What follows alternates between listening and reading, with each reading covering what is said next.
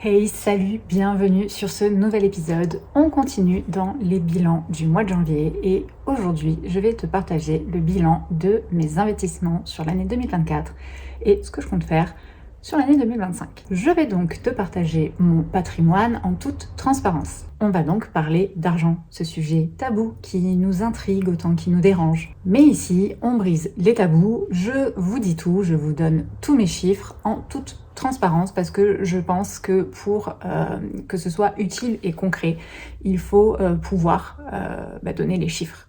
Voilà, concrètement. Un point par contre à garder en tête, je te parle de mon patrimoine, donc ce sont mes investissements, ma situation personnelle unique. Donc ce n'est pas une vérité absolue, il n'y a pas de recette magique. Donc n'oublie pas de prendre du recul, de contextualiser et surtout de ne pas te comparer.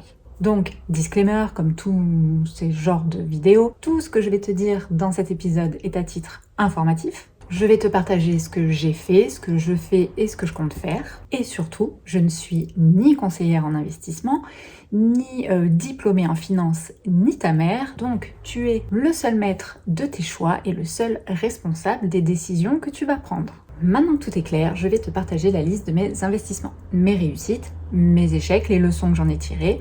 Et oui, je vais te parler également tout au long de cette vidéo en brut, puisque comme je te l'ai dit, c'est ma situation, donc mes impositions, et aussi parce que certains investissements appartiennent plus à la banque qu'à moi, si tu vois ce que je veux dire. Donc voilà, maintenant que ça c'est dit, c'est parti, générique, et je te partage la liste de mes investissements. Et si l'argent faisait réellement le bonheur ? Bienvenue à tous dans le podcast Riche et Heureux, l'endroit où la richesse et le bonheur se rencontrent pour créer la vie que l'on mérite. Je m'appelle Aurélie et c'est là mon objectif, atteindre la liberté financière et vivre ma best life. Mais pas toute seule, j'aimerais vous emmener avec moi, car être riche mais seule, c'est pas terrible. C'est pour ça que je vous invite à me rejoindre chaque lundi à 6h autour d'un épisode en solo ou en compagnie d'invités qui nous partagent leur parcours, leur expérience et leurs connaissances pour booster notre mindset sur l'argent et nous aider à construire notre propre liberté financière.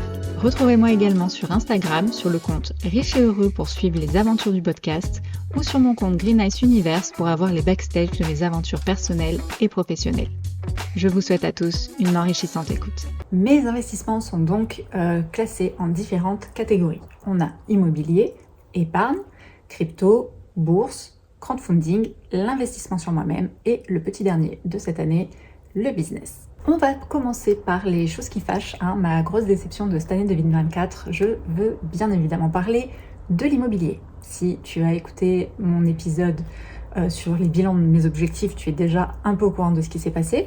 Sinon, je t'invite à aller écouter l'épisode. En résumé, en 2023, j'ai acheté ma résidence principale d'une valeur de 100 000 euros. Je ne l'ai pas fait réestimer depuis, donc on va dire qu'elle vaut encore 100 000 euros. Je l'ai acheté en indivision avec mon mari, donc 50% à lui, 50% à moi. J'avais également fait un prêt de 20 000 euros à une société de marchand de biens pour qu'elle l'achète et revende ce bien. Et donc, je récupère le montant investi avec des intérêts. Et surtout, en 2023, j'avais vendu un de mes biens immobiliers, une maison de famille, et j'en ai retiré 200 000 euros de cash. Ces 200 000 euros qui devaient être réinvestis sur différents supports, mais en grande partie, ils devaient me servir comme apport dans des projets immobiliers. J'avais noté comme gros objectif pour l'année 2024, accélérer sur la partie investissement immo. Donc je devais vendre mon ancienne résidence principale, investir dans une location courte durée dans le sud de la France, investir à l'étranger et faire un investissement en couple. J'ai même pris un CDI en début d'année pour me faciliter la tâche. Et donc, ce qui s'est réellement passé sur l'année 2024, j'ai récupéré les 20 000 euros que j'avais mis dans un prêt pour l'achat-revente d'un bien dans une société de marchand de biens. J'ai récupéré cette somme, ma mise de départ avec des intérêts. J'ai récupéré 1366 euros d'intérêts, donc en moins d'un an et totalement passif. Donc c'est une très bonne première expérience à réitérer à l'avenir, mais vraiment dans un futur un peu plus éloigné quand j'aurai beaucoup plus de cash à investir dans ces projets-là, une fois en fait que j'aurai bâti mon propre patrimoine immobilier. Là, c'était un test puisque je ne pouvais pas encore investir en immobilier. Enfin, J'aurais pu techniquement, c'est juste moi qui ai pris la décision de ne pas commencer à investir de suite. Je préférais d'abord déménager, racheter ma résidence principale, prendre un CDI et investir. Donc en attendant que tout ça se passe, plutôt que mon argent reste sur mon compte en banque et qui se dévalue, j'ai préféré l'investir. Donc c'est pour ça que j'ai tenté l'expérience. J'ai bien apprécié l'expérience, ça s'est bien passé. Et c'est surtout que je n'ai absolument rien fait. J'étais informée régulièrement par mail des avancées des travaux et voilà, j'ai prêté l'argent et un an après, on me l'a rendu. Même pas un an après, on me l'a rendu. Donc voilà, bonne expérience pour ma part que je souhaite réitérer beaucoup plus tard. On a vendu également en début d'année notre résidence principale, même s'il reste un séquestre de 10 000 € à récupérer, qu'on n'a toujours pas récupéré, donc ça c'est un des objectifs de l'année 2025, mais pareil, je te laisse écouter l'épisode bilan ou même je te laisse écouter si tu veux l'épisode La notaire flemmarde où je parle vraiment de ça, de ces 10 000 € de séquestre sur mon ancienne résidence principale. Mais donc on a bien vendu notre résidence principale, même si sur le papier notre résidence principale elle était à 100% à mon mari. Et sinon sur la partie objectif, investissement, accélération, acheter minimum 3 biens immobiliers, il y en a eu 0. Enfin, allez, 0,5, il y en a un qui est en cours. On a investi, on est en train d'investir dans un appartement au Portugal avec mon mari. On passe par Andrea de la société Artae Immobilier. C'est une société d'investissement locatif clé en main par laquelle on était déjà passé pour notre résidence principale puisqu'on n'était pas du tout de la région, donc il nous fallait quelqu'un sur le terrain puisqu'on souhaitait acheter plutôt que louer. Donc on est passé par cette société. Cette société se trouve qu'elle a ouvert un pôle investissement au Portugal et on s'est dit pourquoi pas. Voilà, donc cet investissement est en cours et j'espère qu'il va se finaliser début d'année prochaine. Donc le bilan reste quand même positif dans le sens sur le papier. On a vendu la RP, j'ai récupéré le cash que j'avais prêté dans la société de marchand de biens. On a un achat en cours. Mais c'est pas folichon du tout par rapport à moi en fait et aux objectifs que je m'étais fixés pour l'année 2025. On y retourne, focus immobilier, grosse accélération, encore et toujours en délégation puisque je ne suis pas Shiva, je ne peux pas tout faire, je ne veux pas bâcler les choses et que j'ai déjà un objectif pro qui va me prendre pas mal de temps puisque je compte être focus là-dessus sur l'année 2025. Plus mon CDI 35 heures, plus le podcast, ça fait beaucoup de choses à faire. Donc la partie immobilier, je la délègue, j'utilise le temps de quelqu'un d'autre, puisque on a tous 24 heures dans une journée et je ne peux pas tout faire. Donc j'utilise le temps d'une autre personne et surtout les compétences d'une autre personne. Je vous épargne l'objectif de récupérer les 10 000 € qui sont séquestrés, je vais m'en occuper début d'année, mais voilà, la grosse partie de l'objectif immobilier, c'est vraiment d'accélérer là-dessus et donc toujours de finaliser cet investissement à l'étranger, de finaliser l'investissement qu'on a dans la location thermale dans le sud de la France. C'est cet investissement qui a pris pas mal de temps. Après, je préfère que ce soit bien fait plutôt que de bâcler la chose, donc ça prendra le temps que ça prendra. Et de réitérer un autre investissement en couple puisque au final on a un peu j'ai changé ma stratégie. À la base, avec l'apport que j'ai récupéré, avec l'argent que j'ai récupéré de la vente de cette villa, je voulais investir en immobilier seule. Sauf que c'est assez galère d'investir en immobilier seul quand vous êtes en couple. Je m'explique. Si je veux faire, donc je suis en couple, je suis mariée, je veux faire un investissement à titre perso, le banquier va prendre en compte uniquement mes revenus, donc 50% des revenus du foyer, mais par contre, il va prendre 100% des charges du foyer. Donc techniquement, là, on a une résidence principale à 50-50, on paye 750 € de crédit, plutôt que de prendre 375 € de charge pour moi et 375 € de charge pour mari, il va prendre les 750 € en entier, mais il va utiliser que mon salaire. Et donc, ce calcul fait réduire énormément ma capacité d'emprunt. On a donc décidé de changer notre stratégie d'investissement. On va quand même tenter d'avoir un bien chacun en perso, mais tous les autres investissements seront des investissements en couple. On tient quand même à avoir un investissement en perso parce que c'est l'expérience qui m'a appris ça, même si ça fait 20 ans qu'on est ensemble, qu'on se dit que ça va aller et que même si on se sépare, on restera quand même en bons termes. L'expérience m'a appris que non, il y a des grosses expériences de vie, des gros accidents de la vie qui peuvent changer une personne et donc changer la personne avec qui vous êtes, mais vous changez vous également et du coup changer vraiment profondément le caractère et la manière de penser. Donc toujours pareil, dans un souci d'anticiper l'avenir, de prévoir, on préfère avoir minimum un investissement chacun, on ne sait jamais ce qui peut arriver. Donc voilà, on garde au moins un investissement en solo. Tous les autres investissements se feront en couple. Et voilà pour la partie immobilier. Deuxième catégorie, l'épargne. Alors, j'ai pas vraiment d'objectif d'épargne pour l'année 2025, ou même régulièrement d'ailleurs, chaque année, j'en ai pas vraiment. C'est pas un truc que je fais. C'est un truc que je fais naturellement d'épargner. Je veux dire, c'est pas un truc que je fais naturellement de me fixer des objectifs là-dessus. Ça veut pas dire que je vais pas le faire ou que ça ne m'arrive pas de le faire. Si j'ai vraiment un objectif précis d'investissement, je vais avoir du coup un objectif d'épargne, mais sinon j'épargne régulièrement. J'ai une épargne de 75 € mensuels qu'on met sur le compte joint, parce que mon mari a également cette même épargne qu'on met sur le compte joint pour au cas où s'il arrive quelque chose dans notre résidence principale. On est en train de se créer en fait une épargne de précaution spéciale résidence principale. Et sinon, en fait, j'ai une épargne suffisamment importante pour le moment, grâce à la vente de la villa et donc des 200 000 € que j'ai récupérés. Donc c'est pour ça que j'avais pas d'objectif principal d'épargne. Et donc au 31 décembre 2023, j'avais 68 000 € d'épargne placés sur différents comptes épargne.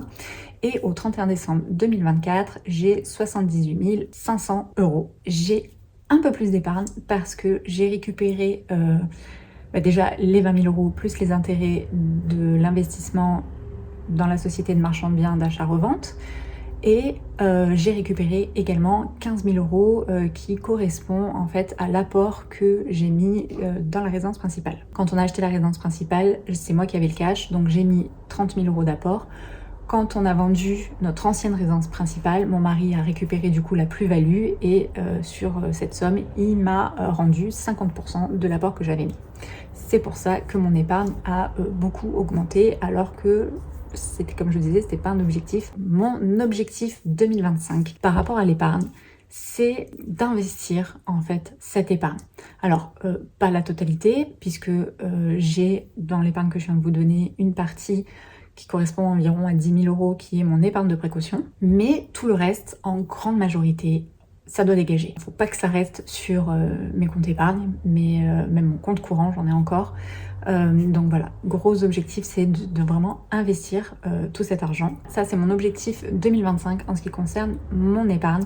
Il va y avoir un autre petit truc, mais je vais vous en parler juste après, dans la troisième catégorie, qui est la bourse. Au 31 décembre 2023, j'avais sur mon PEA 11 787 € et sur mon compte titre qui est chez Trading 212, j'avais 10 318 €.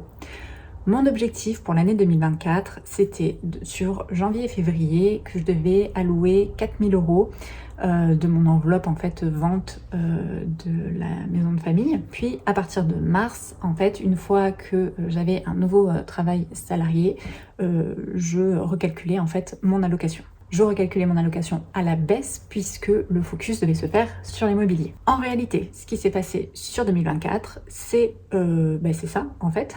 Et j'ai donc alloué 200 € par mois en bourse. Donc 100 € sur mon PEA et 100 € sur mon compte titre. Et puis bien évidemment, j'ai réinvesti mes dividendes. Les belles sommes que j'ai investies sur toute l'année 2023 ont bien travaillé puisque en fait, je suis passée de 2 000 € en fait par mois d'investis en 2023 à 200 € d'investissement sur l'année 2024, à des dividendes de 397 € l'année dernière contre 930 € cette année. Alors que voilà, j'ai beaucoup moins investi. Donc c'est bien que tout ce que j'avais mis l'année dernière a bien bossé.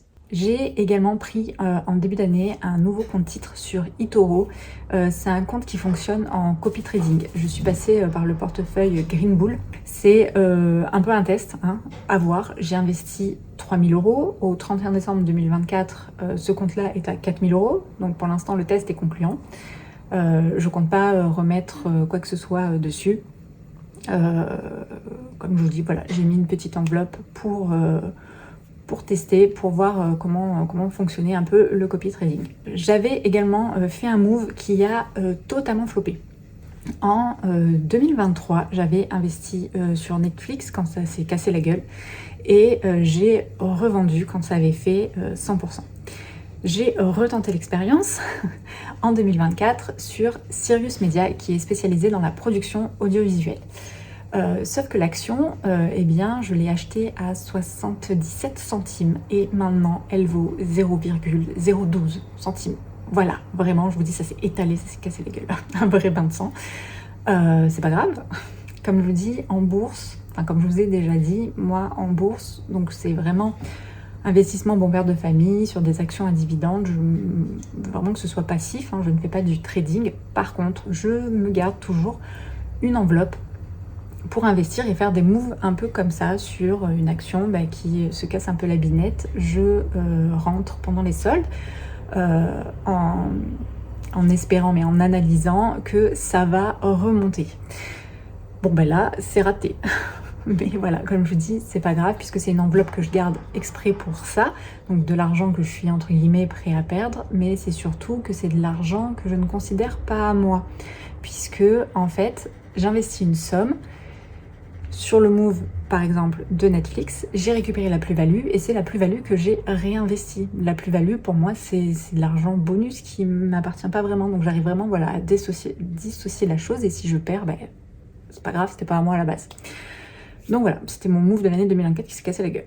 Comme je vous dis, très transparent sur cette chaîne, il faut parler des bonnes choses et des mauvaises. Donc sur 2024, bilan au 31 décembre 2024, sur mon PEA, il y a 16 940 €, sur mon CTO Trading 212, 11 207 € et sur mon CTO eToro, il y a 4 000 €. Objectif 2025, je stoppe totalement mes allocations. Je vais rediriger toute mon épargne dans de l'apport pour des biens immobiliers. On a dit focus immobilier cette année, on met vraiment les bouchées doubles. Et bien sûr, tu me vois venir, je vais continuer à réinvestir mes dividendes. C'est pas parce que je ne mets pas d'argent que je vais laisser traîner mes dividendes et ne pas les faire travailler. Quatrième catégorie, la crypto. Donc je m'étais formée, bien évidemment, et sur l'année 2023, j'avais investi une partie de mon cash, de mon enveloppe Villa en crypto-monnaie. J'avais investi 31 000 €. J'avais investi 31 000 € sur la fin d'année 2023. J'avais fait une répartition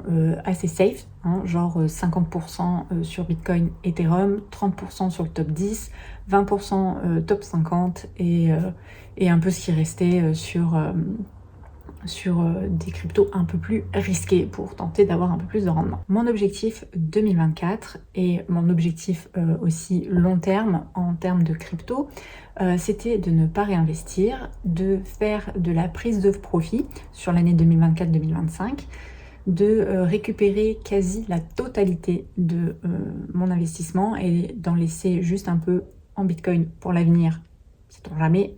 Mais la crypto n'est vraiment pas un investissement que j'apprécie plus que ça, voilà, et ça me passionne pas. Donc l'objectif était de récupérer la quasi-totalité en stablecoin et le récupérer quand j'en ai besoin, et quand j'en ai besoin, c'est-à-dire pour de l'apport, pour un investissement IMO. Je commence à comprendre. Donc ce qui s'est passé réellement sur l'année 2024, c'est ça. Voilà, c'est exactement ce que j'ai fait. J'ai suivi mon plan de sortie, j'ai commencé à récupérer un peu sur l'année 2024, surtout vu comme c'est parti fin d'année. Et mon objectif pour l'année 2025, idem, rebelote, continuer à suivre mon plan de sortie et récupérer ma mise et beaucoup plus. Au 31 décembre 2024, mes 31 000 euros étaient à 72 000 euros. 5e catégorie, le crowdfunding. Pour le crowdfunding, j'investis sur 2 plateformes. Donc la plateforme Invest Dubai qui investit dans l'immobilier de luxe, ultra luxe à Dubaï, société portée pareil par le groupe Green Bull. En 2022, j'avais investi 3188 AED, soit 845 euros sur un projet d'achat-revente d'une villa. Sur 2023, la villa était en vente et sur 2024 aussi, il y a eu quelques soucis à la vente. Donc ça a pris plus de temps que prévu, mais la fin est bonne. En 2023, j'avais également encaissé sur mon wallet, mon portefeuille, 278 AED, donc à peu près 70 euros, qui correspondait en fait à un surplus, un remboursement, puisque suite à une optimisation des coûts, il y a eu un surplus lors de la levée de fonds et donc ils ont remboursé les participants en fonction du nombre de parts qu'ils avaient. L'objectif 2024 était de suivre la vente et de réinvestir la plus-value sur notre villa. Ce qui s'est passé réellement, c'est totalement ça également. J'ai récupéré 3839 AED, donc environ 1017 euros. Alors ça peut paraître pareil peu, surtout en 2 ans, mais c'était totalement passif. Je m'en suis absolument pas occupée et puis forcément j'ai pas mis non plus une somme extravagante au début, donc je risque pas de faire des montants de folie en intérêt. Et quand je les ai récupérés, j'ai totalement réinvesti. Alors totalement non, j'ai réinvesti 2516 AED puisque en fait j'avais pas assez, les investissements se font par tranches et j'avais pas assez pour mettre tout l'argent que j'avais. J'ai donc investi 2500 sur une nouvelle villa et il me reste sur mon portefeuille 2463 AED, ce qui fait à peu près 1320 euros. J'aurais pu rajouter une petite somme pour pouvoir réinvestir la totalité de ce qu'il y a sur mon portefeuille. Flemme. Voilà, si on doit être honnête, flemme. Deuxième plateforme d'investissement en crowdfunding, c'est Brix. Donc pour Brix, c'est l'investissement dans de l'immobilier locatif à partir de 10 euros par mois. J'avais investi en 2022 1250 euros et j'avais touché 17,89 euros de rente, donc genre 1,40%, 1,4%. En 2023, j'ai récupéré 28 euros à peu près de rente, donc c'était que dalle, c'est pas suffisant. À ce compte-là, ça peut rester sur mon compte épargne, mon livret A. Donc j'avais comme objectif 2024 de tout revendre, de récupérer tout l'argent que j'avais mis, quitte à vendre à perte. Dans la réalité, j'ai pas encore tout vendu parce qu'en fait je m'en occupe pas vraiment. De temps en temps j'y vais, je regarde, je remets en vente mes biens, à chaque fois un peu à la baisse. Ça part pas. Bon il faut que j'y retourne et voilà, j'y retourne pas régulièrement. Sur cette année 2024, j'ai fait 15 euros de rente, de dividendes. Donc pareil, pas grand chose, mais en même temps j'avais vendu des parts d'immeubles. En 2023 d'ailleurs j'avais vendu des parts, j'avais vendu 200 Brix, donc 200 euros et j'ai récupéré 203,27 euros. Là sur l'année 2024 pour 2 immeubles que j'ai vendus, donc des parts d'immeubles que j'ai vendu 100 et 100 euros et en fait j'ai récupéré 95 euros et 98 euros sur l'argent investi. Donc là j'ai vendu à perte. En résumé, sur la partie Invest Dubai, donc comme je vous disais, 2516 euros pour être précis sur une villa, plus 2463, enfin non, pas euros, qu'est-ce que je vous dis? Je me perds. 2516 AED sur une villa, plus 2463 euros sur AED, sur mon portefeuille, ce qui fait un total de 4979 AED, soit 1320 euros. Et sur Brix, il y a dans mon portefeuille 579 euros et j'ai encore 45 briques à écouler.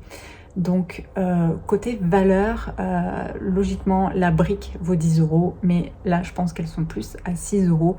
Donc j'ai mis une moyenne de 270 euros pour mes briques qui me restent, soit au total 849 euros. Les objectifs pour rappel 2025 par rapport au crowdfunding.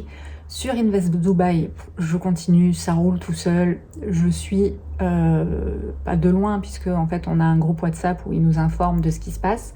Donc je m'informe, je reste informée et dès que la nouvelle villa sera vendue, que je récupère, idem, je réinvestis. Voilà, c'est vraiment une enveloppe qui tourne tout seul. Voilà, je laisse bosser. Et pour la partie BRICS, essayer de liquider toutes mes BRICS. Et s'il y a encore 500 € sur le portefeuille, c'est parce que si je me fais des virements, j'en ai un gratuit par an. Le deuxième est payant. Donc pour l'instant, il reste dessus. Je récupérerai tout mon argent quand j'aurai vendu toutes mes parts. Voilà.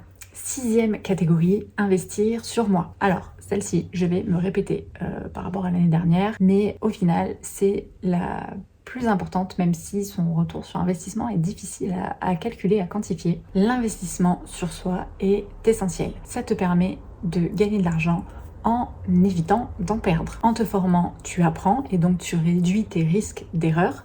Les autres erreurs se font sur le tas, en passant à l'action, mais au moins voilà, ça permet de réduire un peu ton risque. Se créer un réseau, les rencontres, ça te permet également de gagner beaucoup d'argent et d'éviter d'en perdre. Tu peux rencontrer des associés ou quelqu'un qui va te donner une technique pour économiser et pour gagner de l'argent. En rencontrant du monde, tu peux vraiment comme je disais, trouver des associés, donc accéder à des opportunités que tu n'aurais pas en restant tout seul chez toi dans ton coin. Investir sur toi, c'est aussi surtout le seul investissement que tu ne peux pas perdre. Ce que tu as appris, il est acquis, tu ne peux pas le perdre. Personne ne pourra jamais te l'enlever. Et enfin, le but dans la vie, c'est d'évoluer, de grandir, et c'est donc en continuant d'apprendre que tu continues de progresser et que tu t'épanouis vraiment.